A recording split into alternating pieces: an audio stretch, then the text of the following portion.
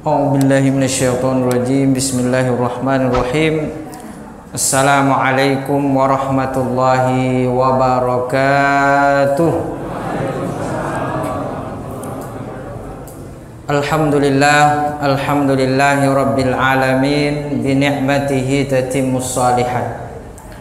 Asyhadu an la ilaha illallah wa asyhadu anna sayyidana Muhammadan abduhu wa rasuluh.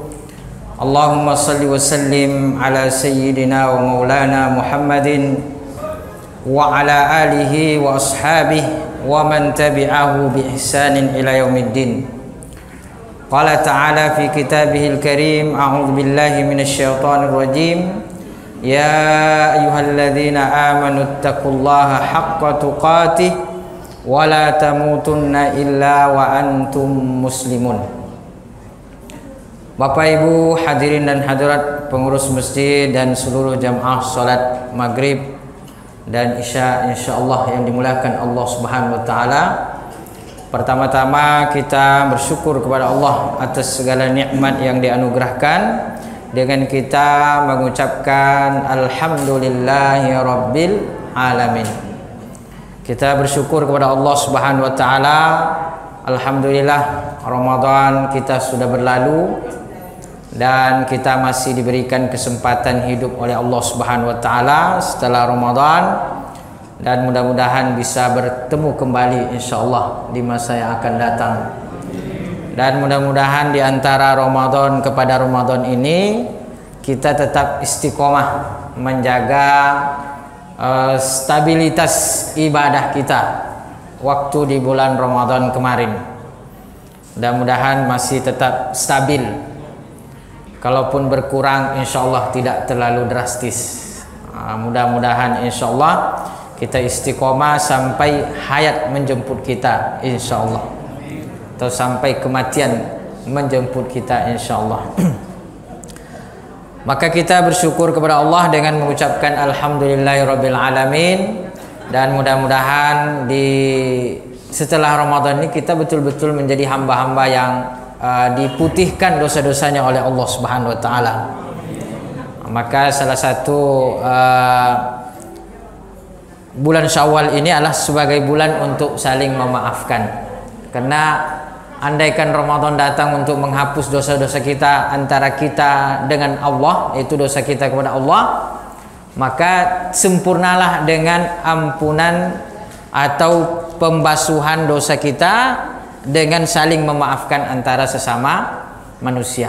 Jadi kita selesai dengan Allah dan selesai pula antara sesama manusia. Maka oleh karena itu saya secara pribadi mohon maaf lahir dan batin atas segala salah dan khilaf. Mudah-mudahan kita senantiasa di dalam kebaikan dan keberkahan di sisi Allah Subhanahu wa taala. Karena yang susah itu adalah hubungan di antara sesama manusia ini susah juga.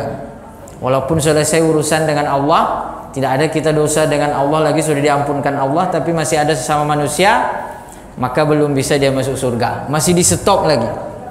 Maka mudah-mudahan dengan Allah selesai, mudah-mudahan pula dengan sesama kita insyaallah selesai, tidak ada tanggungan. Kemudian salawat beserta salam kita sampaikan kepada baginda Rasulullah sallallahu alaihi wasallam dengan mengucapkan Allahumma salli ala sayyidina Muhammad wa ala ali sayyidina Muhammad. Assalamu alayka ya Rasulullah, assalamu alayka ya Habiballah. Mudah-mudahan dengan kita banyak berselawat kepada beliau, insyaallah kita layak bersama dengan beliau di dalam surga di yaumil akhir insyaallah. Amin ya rabbal alamin. Bapak Ibu hadirin dan hadirat muliakan Allah Subhanahu wa taala, alhamdulillah kita kembali bisa melanjutkan kajian kita dalam fikih muamalah, yang mana kita sudah atau masih mengkaji tentang akad-akad di dalam fikih muamalah, atau akad-akad yang sifatnya adalah menjadi hubungan antara sesama kita manusia di dalam berinteraksi.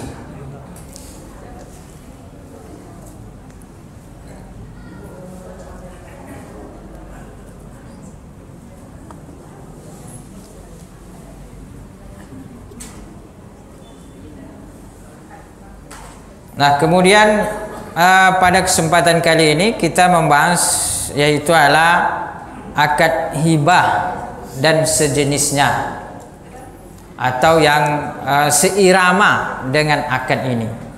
Hibah artinya pemberian. Secara bahasa kita adalah pemberian. Tapi dia ada beberapa kandungan-kandungan hukum yang terkait dengan hibah ini dalam kehidupan kita. Yang mana ini mesti kita ketahui dalam kita bermuamalah agar betul-betul tuntunan syariat itu kita laksanakan dalam kehidupan kita.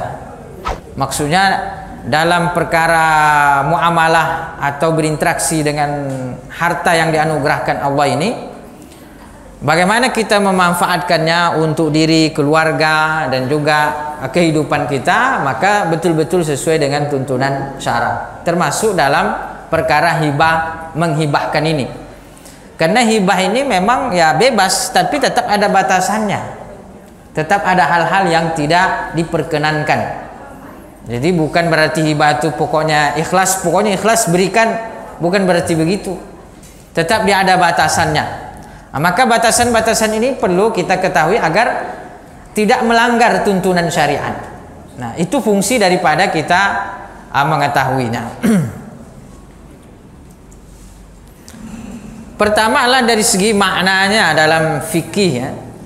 Kata para ulama, al-hibatu istilahan aqdun yufidu tamlika bila iwadin halal hayati tatawuan. Akad yang mengandung makna pemberian, jadi memberikan, menyerahkan, kepemilikan. Jadi hibah pemberian ini memang memberikan kepemilikan. Halal bila iwadin, tanpa imbalan. Nah, itu hibah. Jadi dia murni pemberian tanpa ada imbalan. Nanti kalau yang diberi mau memberi imbalan balik, itu urusan dia lah. Tapi dari kitanya sebagai pemberi itu memang tidak ada mengharapkan imbalan. Ketika masih hidup, nah ini perlu. Ketika masih hidup, jadi hibah itu terjadi ketika orangnya masih hidup. Ini nanti yang membedakan dengan wasiat. Kalau wasiat itu orangnya sudah meninggal. Nah, jadi hibah ini intinya adalah ketika orangnya masih hidup. Itulah yang disebut dengan hibah. Itu membedakan dengan wasiat. Makanya hibah ini beda dengan wasiat. Kalau wasiat dilaksanakan dia setelah meninggal. Dan kalau wasiat tidak boleh untuk ahli waris, tidak boleh. Tapi kalau hibah ini boleh untuk ahli waris. Boleh menghibahkan untuk anaknya. Anak kan jelas sebagai ahli waris, itu boleh dia menghibahkan. Namun demikian tetap ada batasan-batasan yang harus diketahui. Maka inilah yang membedakan antara hibah dengan wasiat. Kalau wasiat setelah meninggal, kalau hibah masih hidup. Jadi kalau memberikan sesuatu kepada ahli waris ketika masih hidup, boleh. Tapi kalau wasiat, berwasiat kepada ahli waris tidak boleh. Misalnya apa? Ini rumah ini saya wasiatkan untuk anak yang terakhir. Boleh tidak itu? Tidak boleh, karena wasiat. Tapi kalau hibah boleh. Ini rumah ini saya hibahkan untuk anak terakhir. Boleh. Itu yang membedakan. Jadi dari segi nama beda, dari segi hukum juga beda. Jadi jangan berwasiat nih rumah ini saya wasiatkan untuk anak kedua atau anak pertama atau anak terakhir, itu tidak sah wasiatnya nanti. Karena wasiat itu tidak boleh untuk ahli waris. Tapi kalau hibah ini boleh. Itu yang membedakan. Walaupun nanti ada perbedaan di antara ulama ketika misalnya dia mengatakan begini, rumah ini saya berikan nanti ketika saya sudah meninggal. Itu jatuhnya pemberian atau wasiat? Ada khilaf di antara para ulama. Kalau kita mungkin menjawabnya wasiat. Tapi ada khilaf di antara para ulama. Ada yang mengatakan dilihat dari segi perkataannya. Karena dia mengatakan saya berikan, ya udah, berarti pemberian. Berarti pemberian itu sudah berlaku ketika masih hidup. Berarti dianggap bahwa ini saya berikan ketika nanti saya meninggal. Ketika saya meninggal ini dihapus, tidak dianggap. Yang dianggap itu apanya? Kata-kata pemberiannya yang dianggap. Sebagian para ulama mengatakan karena ada embel-embelnya saya berikan ketika nanti saya sudah meninggal, maka ini tidak dianggap sebagai pemberian, tapi jatuhnya apa? Sebagai wasiat. Karena wasiat itulah setelah meninggal. Nah, maka di sini ada khilaf di antara para ulama. Oh, nanti kalau terjadi hal seperti ini, ada perkataan saya berikan nanti setelah saya meninggal, terjadilah perselisihan di antara keluarga, dibawa kepada pengadilan, itu nanti tergantung pengadilan lagi menghukumi, mengambil pendapat yang mana nanti kan gitu. Karena pengadilan itu nanti yang memutuskan antara khilaf-khilaf di antara para ulama. Kalau terjadi perselisihan di antara keluarga, kalau tidak bisa diselesaikan di antara keluarga. Tapi kalau ada perselisihan antara keluarga, sebaiknya itu diselesaikan di antara keluarga. Itu lebih baik daripada dibawa ke pengadilan. Oh, apalagi kalau harta tidak seberapa, bayar pula pengacara lagi. Harta tidak dapat, harta habis, awak pun tidak dapat apa-apa kan? Maka kalau ada persoalan-persoalan terkait dengan keluarga berupa harta, maka itu lebih baik diselesaikan di antara keluarga. Yang pertama, kalau dibawa ke pengadilan, malu kita antara keluarga berselisih. Sebelum malu kepada Allah, malu di antara sesama manusia. Yang kedua, yaitu tadi bisa jadi habis juga untuk bayar-bayar pengacara dan lain sebagainya. Maka memang lebih afdolnya tetap diselesaikan di tingkat keluarga. Tapi kadang-kadang ada orang tidak mau, dia pokoknya tetap harus dibawa ke pengadilan. Ya sudah, memang pengadilan itu dibuat adalah sebagai solusi terakhir. Jadi pengadilan itu solusi terakhir ketika pertikaian itu tidak bisa diselesaikan di antara keluarga, barulah dibawa. Nah, itu yang membedakan antara hibah dengan wasiat. Jadi hibah ini adalah halal hayati, ketika dia masih hidup. Hukum hibah tentu hukumnya adalah boleh, bahkan bisa menjadi sunnah jika diniatkan untuk tolong menolong. Jadi hibah itu adalah boleh-boleh saja. Artinya kalau boleh dilakukan tidak berpahala, ditinggalkan tidak berdosa. Itu hukum asalnya. Tapi kalau misalnya diniatkan untuk tolong menolong, maka dia jadi sedekah, berpahala jadinya. Misalnya ada orang yang membutuhkan, dihibahkan, kita menghibahkan kepada dia, jatuhnya sedekah. Jadi yang membedakan hibah dengan sedekah ini apa? Dari segi niatnya. Kalau niatnya adalah untuk mendekatkan diri kepada Allah, maka dia jatuhnya adalah sebagai sedekah. Tapi kalau memberikan gitu-gitu aja, nih saya berikan, pokoknya ya biasalah, pemberian tanpa ada niat untuk mendekatkan diri kepada Allah, maka jatuhnya tidak berpahala dan tidak berdosa. Jadi hukum biasa. Karena ada hal-hal yang sifatnya kita lakukan tidak berdosa dan kita laksanakan tidak berpahala, kita tinggalkan tidak berdosa. Tapi bisa dia berubah menjadi berpahala. Kapan? Ketika diniatkan dengan niat-niat yang baik. Seperti ya misalnya tidur kalau sekedar tidur itu tidak berpahala, karena kan kita memenuhi kebutuhan jasad kita. Tapi kalau tidur niatnya adalah untuk menguatkan diri, nanti bangun biar semangat lagi sholatnya, maka di situ tidurnya adalah tidurnya orang yang berpahala. Makanya qailulah itu kan tidur di siang hari waktu sedikit. Qailulah itu berpahala, sunnah. Kenapa? Karena tujuan tidurnya itu adalah untuk bangun nanti di waktu sepertiga malam. Nah, maka tidurnya itu bukan sembarangan, tapi tidurnya orang yang berpahala. Maka Bapak Ibu, kalau kita mau berpahala dalam tidur, niatkan tidur kita itu untuk bangun lagi kuat dalam ibadah. Karena Allah Subhanahu wa taala menyukai orang yang beribadah itu semangat, tidak loyo. Orang puasa itu Allah senang kepada orang yang berpuasa tapi dia semangat. Allah tidak suka orang beribadah tapi dia lemas. Pokoknya beribadah, ya ibadah yang penting jadilah. Sholat pun tidak semangat. Allah ngangkat tangan aja malas. Allahu Akbar. Itu pun malas-malas. Kalau ada dinding mungkin dia bersender di dinding kan gitu. Allah tidak suka orang yang beribadah itu malas-malasan. Allah suka orang beribadah itu semangat dia beribadahnya. Makanya sahur itu, kenapa Nabi SAW mengatakan tasahharu fa inna fis sahuri barakah. Sahurlah, karena dalam sahur itu ada keberkahan. Kenapa? berkah nih sahur nih luar biasa, walaupun sekedar minum air. Kenapa bisa begitu? Karena dengan sahur itu menguatkan kita dalam puasa. Bukan puasanya orang yang sekedar tidur. Ada juga orang yang penting puasa itu tidur sepanjang hari. Itu Allah tidak suka. Allah suka orang puasa tapi dia produktif. Dia puasa tapi tetap bekerja di kebun. Dia puasa tapi dia tetap pergi ke tokonya. Dia puasa tapi tidak malas-malasan. Nah, makanya disebutkan bahwa Nabi Isa itu kalau puasa minyaknya dirambukin, rambutnya diminyakin. Terbalik dia.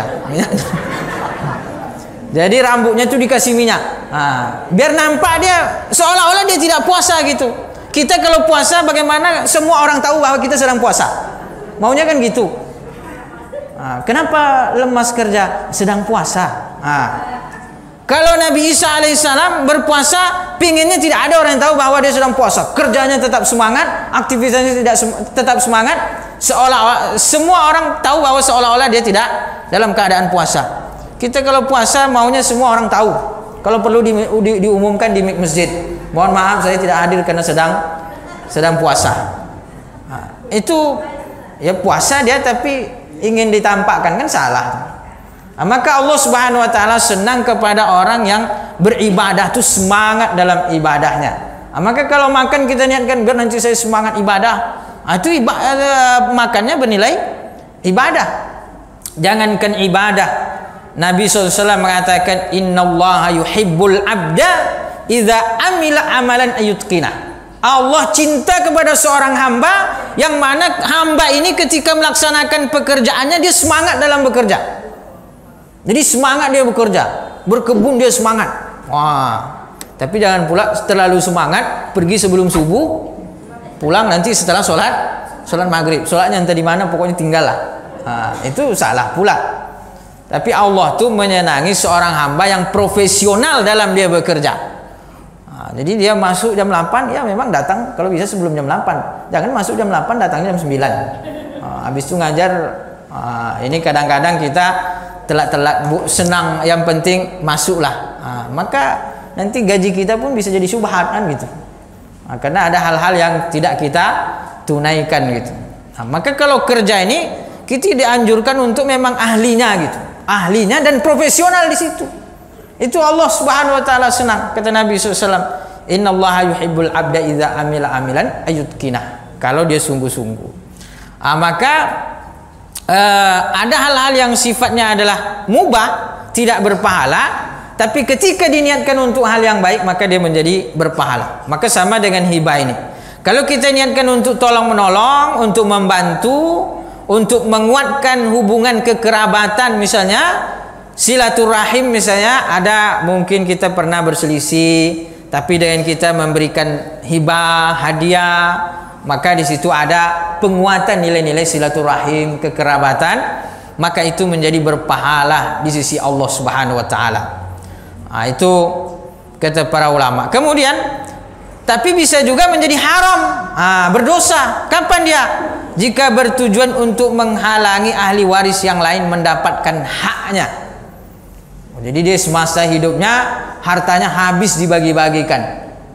Kenapa? Karena dia ada salah seorang ahli waris yang dia tidak sukai. Gitu. Misalnya nih, dia punya 2 anak perempuan, tidak ada anak laki-laki. Dia punya saudara laki-laki dan punya saudara perempuan. Nah, kalau tidak ada anak laki-laki, tidak ada ayah, kan saudara laki-laki dan saudara perempuan itu dapat warisan. Tapi kalau ada anak laki-laki atau ada ayah kita, maka saudara semua terhalang. Jadi saudara semua terhalang itu ketika ada anak laki-laki atau ada ayah. Nah, dia misalnya punya 2 anak perempuan, tidak punya anak laki-laki dan tidak punya ayah, tapi dia punya saudara laki-laki dan punya saudara perempuan. Udahlah pula saudara perempuan dan saudara laki-laki ini tidak sekandung, tapi seayah misalnya.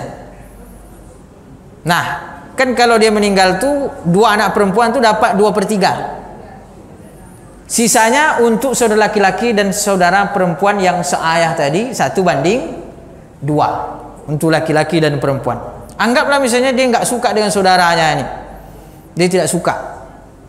Ini bagaimana lah nanti ketika saya meninggal nih harta saya tidak ada yang jatuh ke dia, gitu. maka semasa hidupnya dihibahkanlah seluruh hartanya untuk dua anak perempuan tadi. Jadi habis dia tidak punya apa-apa lagi. Ketika dia meninggal, saudaranya ini tidak dapat apa-apa karena memang dia bertujuan untuk menghalanginya. Pemberian ini haram hukumnya, berdosa dia. Kenapa bisa begitu? Karena bertujuan untuk menghalangi ahli waris mendapatkan warisannya.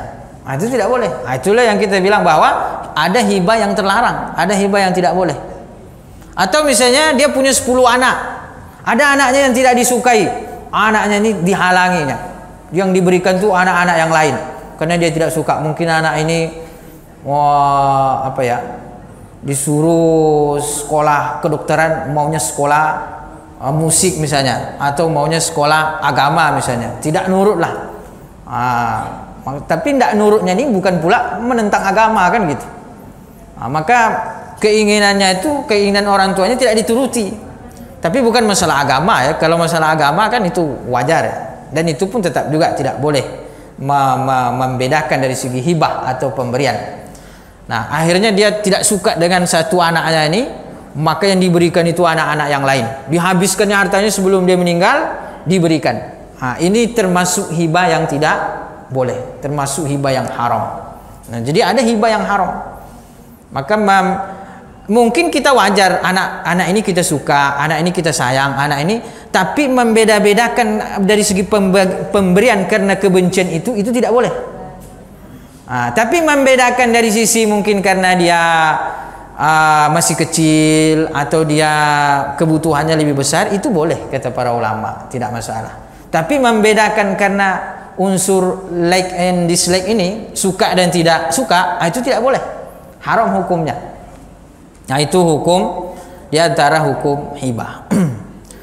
Kemudian keutamaan dan dalil. Keutamaan hibah bisa menjadi salah satu amal jariah jika memenuhi kriterianya. Jadi hibah ini bisa menjadi amal jariah karena hibah tadi bisa berupa sedekah. Ada yang kita hibahkan misalnya untuk orang lain dimanfaatkan untuk kebaikan. Dan bisa juga sebagai sedekah atau infak atau hadiah. Nah, jadi hibah ini mencakup dia sedekah, mencakup infak atau hadiah. Dalam hadis Nabi sallallahu alaihi wasallam, Nabi bersabda, "Tahadu tahabu." Saling memberi hadiah maka kalian saling mencintai. Nah, jadi saling memberi hadiah ini termasuk sunnah Nabi sallallahu alaihi wasallam. Apalagi kalau sudah agak renggang, ada hubungan atasan bawahan mungkin agak renggang, bisa saling memberi hadiah, tapi jangan pula sogok. Karena hadiah dan sogok ini beda-beda tipis. Kalau hadiah murni sebagai pemberian, kalau sogok ada embel-embelnya. Maka kalau ada calon anggota dewan yang bagi-bagi sarung misalnya, itu kita perlu curiga itu ini hibah atau hadiah atau sogok ini kan gitu. Kalau dia terbiasa bagi-bagi, insya Allah itu hadiah. Tapi kalau tidak biasa tiba-tiba muncul pas pilkada, ini kita perlu curiga nih. Ini bisa jadi adalah sebagai sogok. Walaupun nanti dari segi menerima ya ada khilaf lah di antara ulama. Ada yang mengatakan boleh kita terima. Adapun masalah niat dia itu urusan dia kan gitu. Yang penting ketika kita tanya ini sogok apa hadiah nih, dia bilang hadiah lah. Harus milih nggak nih? Ya pokoknya terserah lah, mau milih saya atau tidak ya urusan situlah. Tapi kalau bisa ya pilih saya lah kan itu. Itu masih hadiah lah jatuhnya kan gitu. Tapi kalau dia bilang nih saya kasih ini tapi harus pilih saya. Kalau nggak pilih saya nanti karpet yang saya kasih di masjid ini saya ambil lagi misalnya. Kalau itu udah ada sogok itu jelas. Ada yang datang misalnya bagi-bagi sajadah, bagi karpet ke masjid. Nah, dia pokoknya jadi nggak jadi, pokoknya dah tetap dikasih lah, aman lah tuh. Tapi kalau misalnya saya nggak jadi, nanti saya ambil lagi karpetnya, itu jelas tuh, itu jelas sebagai sogok. Nah, jadi intinya bahwa hibah ini diantara bentuknya adalah hadiah itu, dan hadiah ini adalah salah satu yang dianjurkan oleh Nabi Sallallahu Alaihi Wasallam.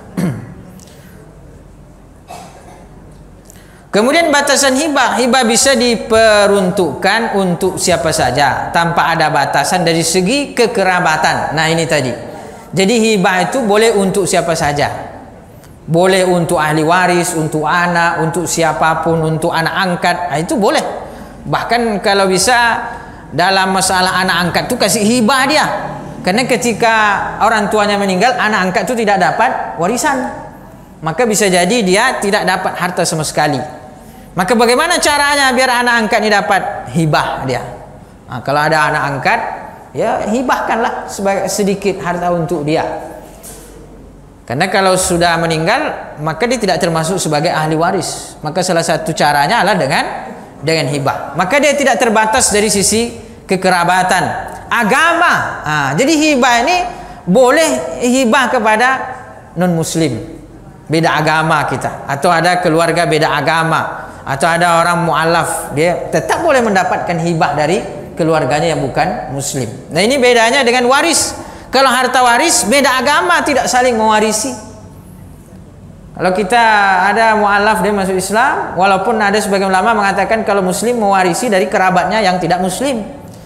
Tapi kalau dia non muslim tidak mewarisi daripada kerabatnya yang muslim. Ada juga ulama mengatakan bahwa kalau beda agama itu tidak saling mewarisi. Tapi kalau hibah tidak ada sekat terkait dengan agama. Beda agama boleh.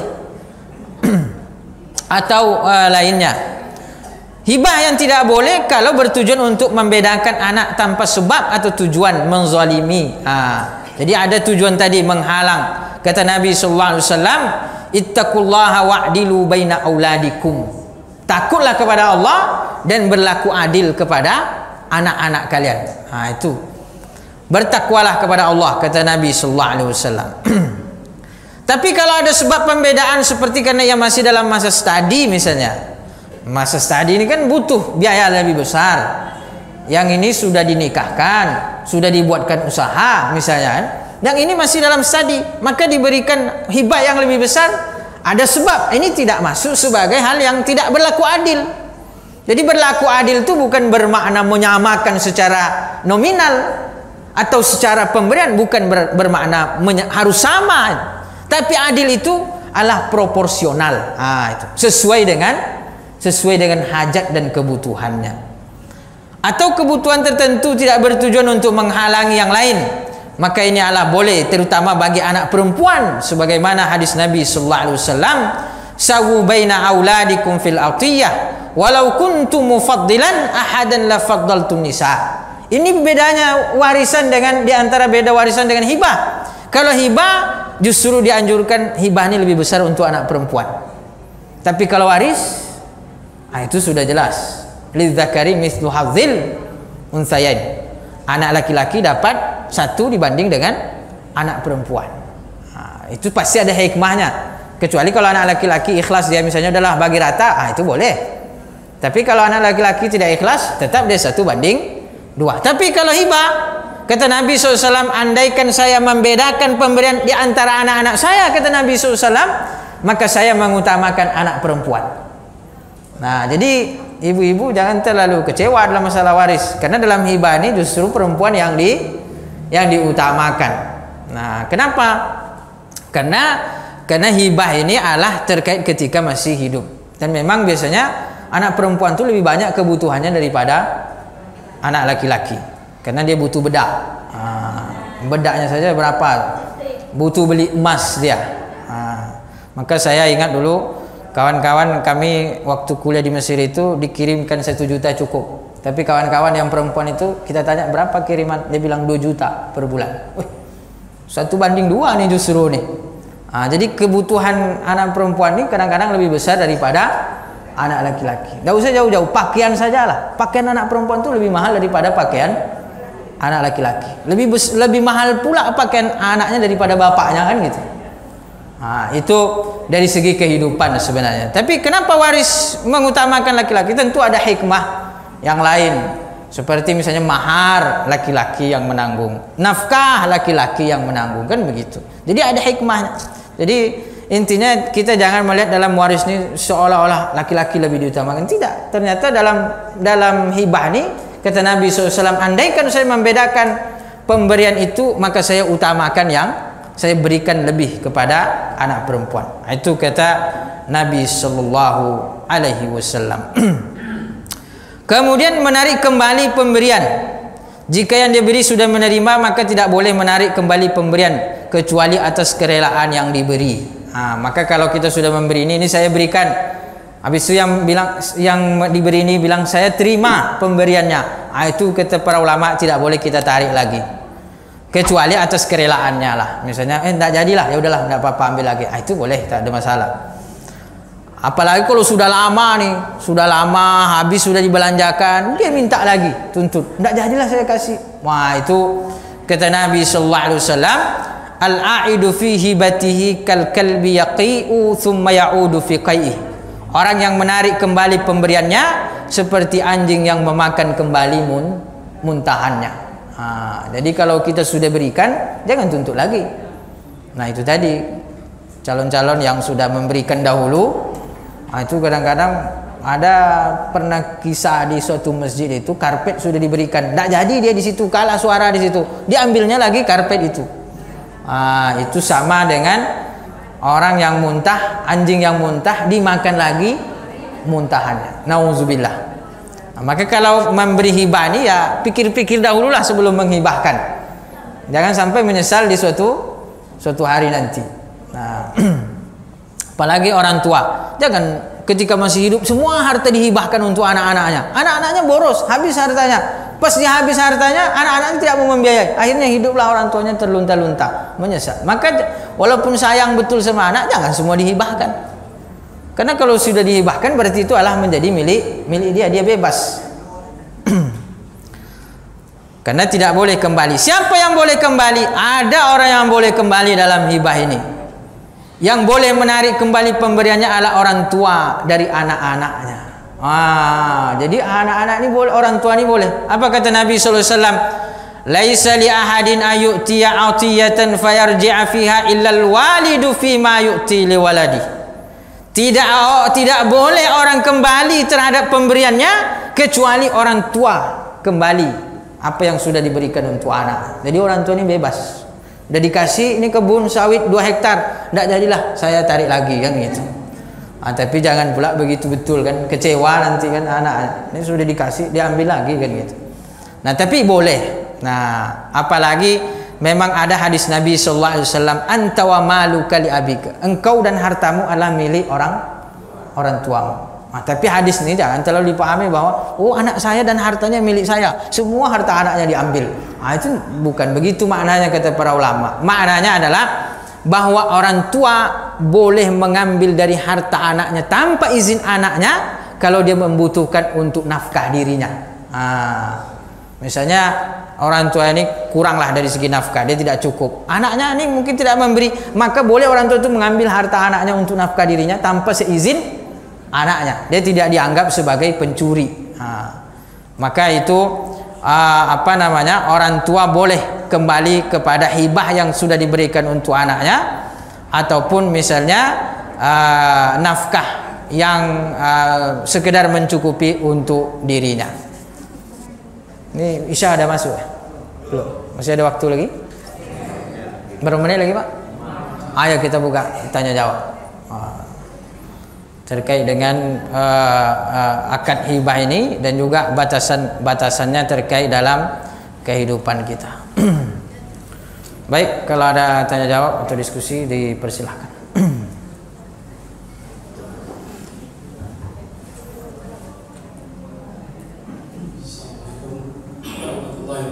Waalaikumsalam warahmatullahi wabarakatuh. Berkaitan dengan hibah ini, apakah boleh hibah bersama? Ini anak saya hibahkan dengan catatan A, B, C, D, E, dan sebagainya. Apabila ini tidak dilaksanakan, nanti akan kita tanda. Ya. Dan biasanya banyak juga tanah-tanah hibah yang mungkin sekarang sudah untuk jadi tempat orang ibadah. Ini juga banyak juga kan nanti lambat mengurus suratnya secara legal, anak cucunya ada yang bukan. Ini kira-kira gimana? Kasih. Waalaikumsalam warahmatullahi wabarakatuh. Iya. Semua akad itu boleh bersyarat, tapi syarat itu tidak bertentangan dengan esensi akadnya gitu.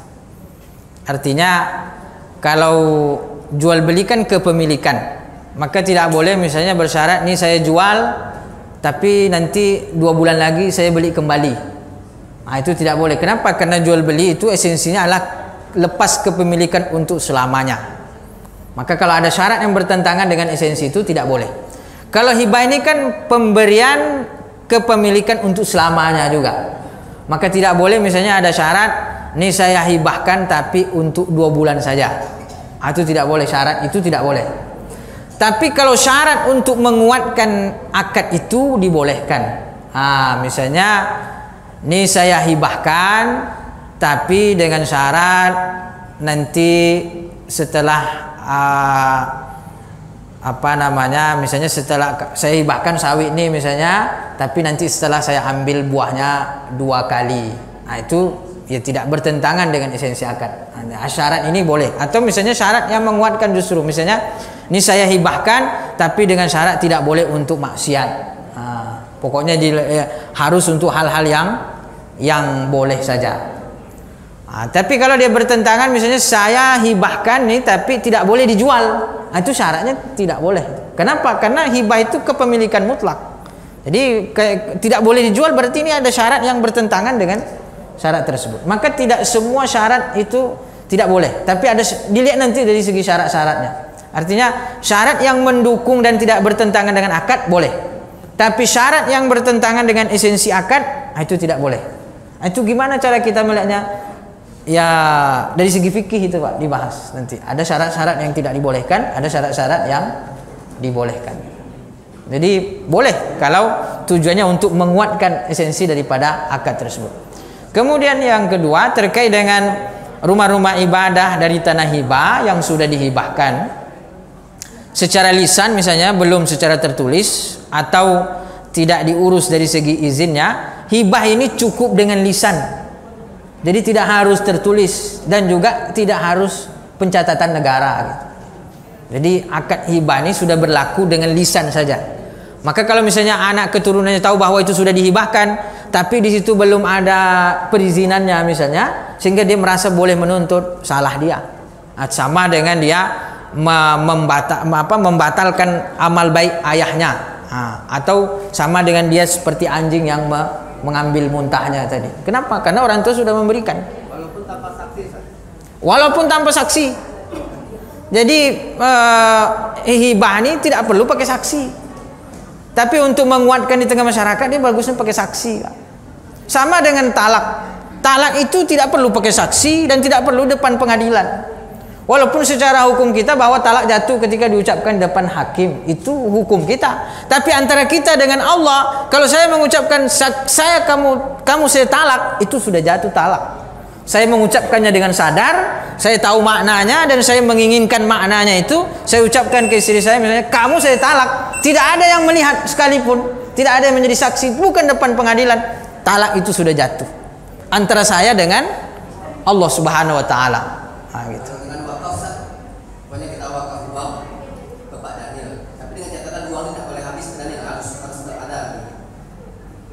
Memang wakaf itu tujuannya Pak. Wakaf itu tidak boleh habis. Karena kalau habis bukan wakaf, sedekah dia. Maka oleh karena itu wakaf uang itu harus ada tujuannya. Jadi wakaf uang ini bukan wakaf zat uang. Kecuali kalau misalnya masjid ini butuh uang 100.000 untuk dihias di dalam masjid. Itu bolehlah wakaf uang. Kenapa? Karena bukan untuk dibelanjakan, tapi untuk dijadikan sebagai hiasan dalam masjid. Tapi wakaf uang itu tujuannya adalah untuk benda-benda yang bertahan lama. Maka wakaf uang misalnya, wakaf uang untuk beli roti pengajian di masjid, tidak jadi wakaf itu namanya. Itu sedekah namanya. Wakaf uang untuk beli kambing atau dalam perjalanan kambing mati semasa. Itu bukan wakaf namanya, sedekah. Karena kambing itu adalah untuk dihabiskan bendanya. Kecuali kalau kambingnya untuk hiasan. Kambing untuk dihias. Jadi semua materi atau benda yang sifatnya untuk dihabiskan tidak bisa jadi objek wakaf. Minimal dia ada jangka waktu yang bertahan lama. Walaupun tidak bertahan selama-lamanya, tapi minimal ada jangka waktu yang dia bertahan lama. Yang bisa dinikmati lama gitu. Kalau kambing, beras, tidak ada istilah wakaf beras. Wakaf beras itu untuk dimakan. Jadi sedekah beras. Jadi wakaf uang itu maksudnya kita menyerahkan uang, tapi orang tuh nanti membelikannya dalam bentuk tanah, dalam bentuk ambulans, dalam bentuk pembangunan. Nah itu dia Pak. Nah, tapi makanya masjid ini kalau misalnya buka donasi wakaf harus jelas untuk apa. Jangan misalnya wakaf, buka wakaf, tapi dimasukkan ke amplop dikasih ke ustadz. Itu salah tuh Pak. Karena uangnya habis ya, dibelanjakan sama ustadz nanti kan gitu.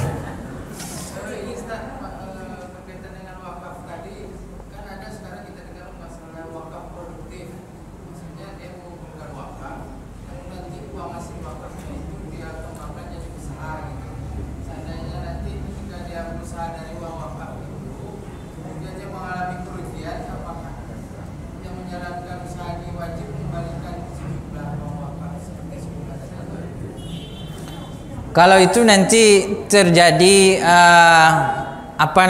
terjadi analisa terkait dengan wakaf produktif. Misalnya kita berwakaf untuk beli mobil. Mobil ini untuk apa? Itu betul tuh, berwakaf untuk beli mobil. Mobilnya mau diapakan? Mau disewakan, direntalkan. Itu boleh. Secara hukum fikih boleh. Kenapa? Karena mobil ini bertahan lama. Nanti hasil rentalnya untuk apa? Untuk membiayai anak-anak sekolah, untuk membiayai dakwah, untuk ini. Itu boleh. Secara hukum boleh. Apakah nanti ketika mobilnya ini hilang atau rugi, siapa yang bertanggung jawab? Nah ini nanti bahasan fikihnya lain. Ada nanti siapa yang bertanggung jawab, diamanahi lah. Gitu. Tapi secara hukum bahwa wakaf produktif ini maksudnya adalah uang yang dikumpulkan itu untuk dibelikan hal-hal yang sifatnya ada income-nya. Nah income-nya itulah yang dijadikan sebagai pembiayaan untuk dakwah, untuk sosial. Jadi bukan benda wakafnya.